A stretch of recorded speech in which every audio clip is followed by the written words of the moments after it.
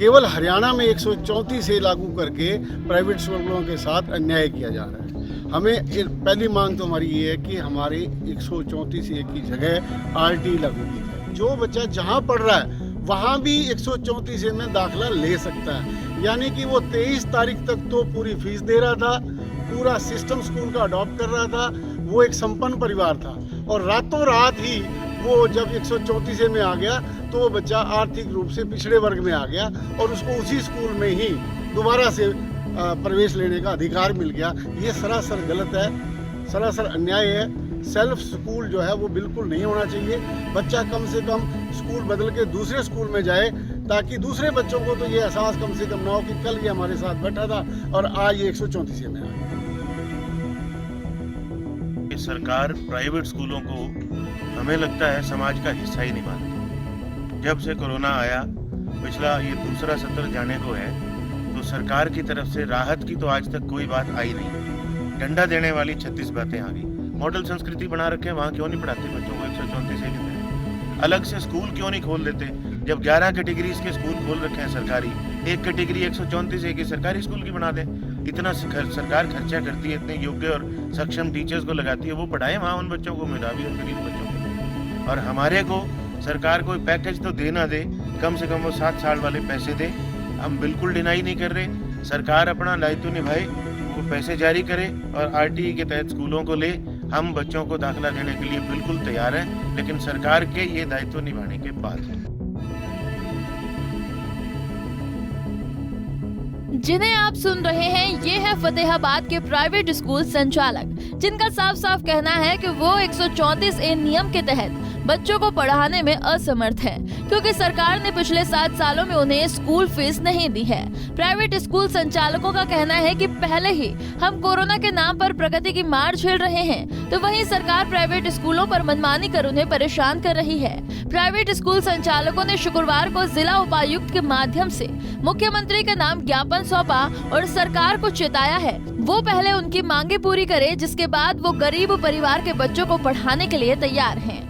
मैं तो सिर्फ ये कहना चाहूँगा कि सरकार प्राइवेट स्कूलों को हमें लगता है समाज का हिस्सा ही नहीं मानती। जब से कोरोना आया, पिछला ये दूसरा सत्र जाने को है, तो सरकार की तरफ से राहत की तो आज तक कोई बात आई नहीं। डंडा देने वाली 36 बातें आ गई। आज अब दिसंबर चल रहा है, इस सरकार से कोई पूछने वाला हो कि जो आर्थिक रूप से कमज़ोर बच्चा है वो 2 महीने के लिए नए स्कूल की वर्दी खरीदेगा? क्या ये नए सत्र शुरू होने तक इंतजार नहीं की जा सकती थी? सरकार को चाहिए ताड़ी, और जेब से कुछ देना नहीं चाहती। हमारा पड़ोसी स्टेट है राजस्थान, आरटीई के तहत 1500 से 2500 रुपये पर बच्चा प्रतिपूर्ति राशि देते हैं, और यहाँ देते हैं 300 से 500, और वो भी 7 साल हो गए, 1 साल दिए। कभी तो खाता नंबर मांग लेते हैं, कभी खाते नंबर की वेरिफिकेशन मांग लेते हैं। पैसे देने की इनकी नीयत नहीं है। वो 300 से 500 रुपये प्राइवेट स्कूलों को दे नहीं सकते, 7 साल के बाकी हैं, और सरकारी स्कूल में एक बच्चे पे साल के लगभग 45 से 50 हज़ार रुपये खर्च करते हैं। मॉडल संस्कृति बना रखे हैं, वहाँ क्यों नहीं पढ़ाते बच्चों को 134 के तहत? अलग से स्कूल क्यों नहीं खोल देते? जब 11 कैटेगरीज के स्कूल खोल रखे हैं सरकारी, एक कैटेगरी 134 की सरकारी स्कूल की बना दें। इतना सरकार खर्चा करती है, इतने योग्य और सक्षम टीचर्स को लगाती है, वो पढ़ाएं वहाँ उन बच्चों को, मेधावी और गरीब बच्चों को।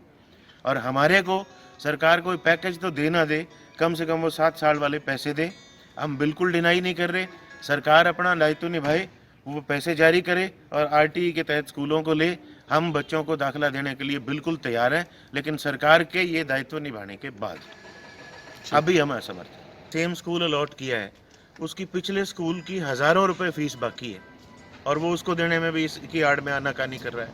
अब अधिकारियों के पास इस तरीके की शिकायतें आएंगी, तो अधिकारियों से भी हमारा आग्रह है कि पिछली फीस दिलवा दें उन बच्चों की कम से कम।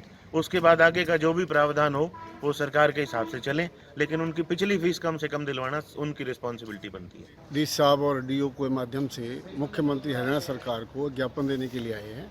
134 के जो दाखिले करने के लिए कहा गया है, उसके लिए प्राइवेट स्कूल काफ़ी समय से संघर्ष कर रहे हैं, मांग कर रहे हैं कि 134 के बच्चों को पढ़ाने में हमें किसी प्रकार का कोई ऐतराज़ नहीं है। गरीब बच्चों को, आर्थिक रूप से कमज़ोर परिवारों को शिक्षा देना हमारा कर्तव्य है, लेकिन सरकार जो बार बार हमें आश्वासन देती है, वायदे करती है, उन्होंने जो एक राशि निश्चित की आज तक 7 सालों में एक बार सिर्फ वो राशि दी गई है। हमें राशि नहीं दी गई, केवल आश्वासन दिया गया। हमारी मांग ये है कि जब सारे देश में आरटी ही लागू है, केवल हरियाणा में 134 से लागू करके प्राइवेट स्कूलों के साथ अन्याय किया जा रहा है। हमें पहली मांग तो हमारी ये है कि हमारे 134A की जगह आरटी लागू की जाए। दूसरी मांग हमारी ये है कि जो हमारा पिछला बकाया पड़ा हुआ है सारा, वो बकाया हमें दिया जाए।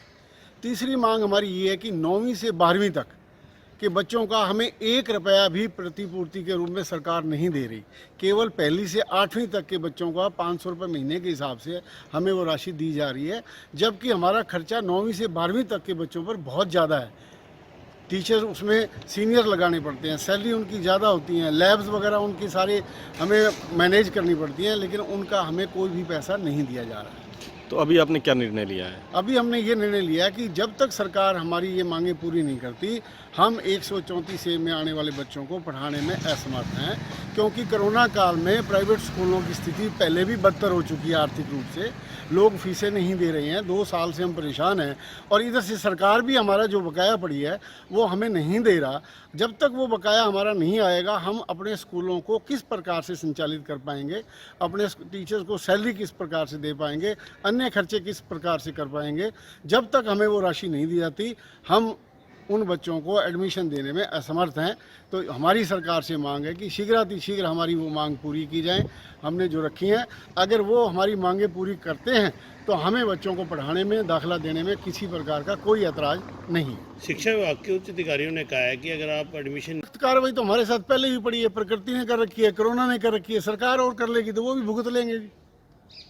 उसमें तो हमें कोई परेशानी नहीं है, जो होगा वो फिर देखा जाएगा। स्कूल वाली बात है, अब बताओ। एक और नई बात इस बार जो इन्होंने धक्काशाही की है कि पहले जो बच्चे थे वो अपनी चॉइस का स्कूल लेते थे, लेकिन जिस स्कूल में बच्चा पढ़ रहा होता था उस स्कूल में एडमिशन नहीं होता था। वहाँ फीस दे रहा है वो, वहाँ बच्चा वो फीस दे रहा है, वहीं पढ़ता था, दूसरे स्कूल में जाता था।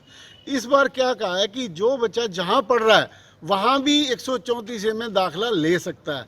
यानी कि वो 23 तारीख तक तो पूरी फीस दे रहा था, पूरा सिस्टम स्कूल का अडॉप्ट कर रहा था, वो एक संपन्न परिवार था, और रातों रात ही वो जब 134A में आ गया तो वो बच्चा आर्थिक रूप से पिछड़े वर्ग में आ गया और उसको उसी स्कूल में ही दोबारा से प्रवेश लेने का अधिकार मिल गया। ये सरासर गलत है, सरासर अन्याय है।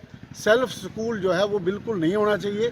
बच्चा कम से कम स्कूल बदल के दूसरे स्कूल में जाए, ताकि दूसरे बच्चों को तो ये एहसास कम से कम ना हो कि कल ये हमारे साथ बैठा था और आज ये 134A में आ गया। तो ये सरासर गलत है। प्राइवेट स्कूल संचालकों का कहना है कि वो गरीब परिवारों के बच्चों को पढ़ाने के लिए तैयार हैं, लेकिन सरकार ये नहीं चाहती। प्राइवेट स्कूलों को पिछले 7 साल से सरकार की ओर से कोई भी फीस नहीं दी गई है। स्कूल संचालकों ने मांग की है वो आरटीई के तहत सरकार सभी स्कूलों की फीस दे। शैलेंद्र भास्कर ने सरकार को नसीहत देते हुए कहा कि जब सरकार सरकारी स्कूलों पर इतना पैसा खर्च कर रही है तो क्यों गरीब परिवारों के बच्चों को मॉडल संस्कृति स्कूल खोलकर नहीं देती। उन्होंने कहा कि जब तक उन्हें पिछले 7 साल की फीस नहीं मिलेगी वो 134A के तहत आने वाले बच्चों को पढ़ाने में असमर्थ हैं। फतेहाबाद से रमेश कुमार, पंजाब केसरी टीवी। हमसे जुड़े रहने के लिए हमारे YouTube चैनल को सब्सक्राइब करें और नई वीडियो की नोटिफिकेशन के लिए बेल आइकॉन को दबाएं। अगर आप ये वीडियो Facebook पर देख रहे हैं तो लाइक जरूर करें और ज्यादा से ज्यादा शेयर करें। धन्यवाद।